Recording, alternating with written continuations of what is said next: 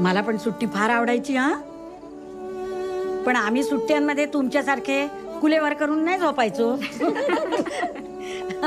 आम्ही लवकर उठायचो आणि वाडीत जायचो. तिथे आमचे बाबा सुपाऱ्या काढत बसलेले असायचे. मग आम्ही त्या सगळ्या सुपाऱ्या गोळा करून ना आईच्या पुढ्यात नेऊन ओतायचो. मग न्यारी झाल्यानंतर ना आम्ही फिरायला निघायचो. आता त्या वेळेला कसं आमच्याकडे तुमच्यासारखी डोंगराखाली गाडी नव्हती ना. आम्ही आपले चालत जायचो. मग काजूची बोंडा गोळा करायचो, आंबे फाडायचो, करवंद खात खात आम्ही आपले घरी यायचो. मग संध्याकाळ झालेली असायची ना म्हणून आमची आई आपली आम्हाला शुभंकरोती म्हणायला बसवायची आणि मग ती कर्माट बनवायची. रात्रीच्या वेळेला जेवण झालं ना की मग आम्ही सारी भावंडा अंगणात पडल्या पडल्या गप्पा मारत मारत ना कधी झोपी जायचो ना बाय माझे कळायचंच नाही गे.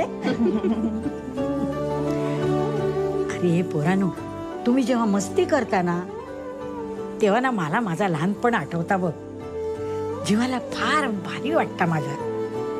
अरे बाबा, कोकणामध्ये जन्मायला आणि यायला फार मोठा भाग्य असावा लागतो हा. हे मात्र खरं.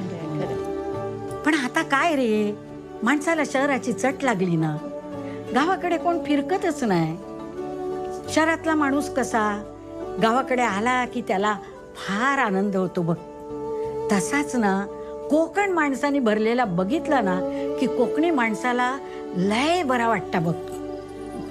अरे आपला मूळ असता ना ते, मग त्याला इसरून कसा चालेल रे.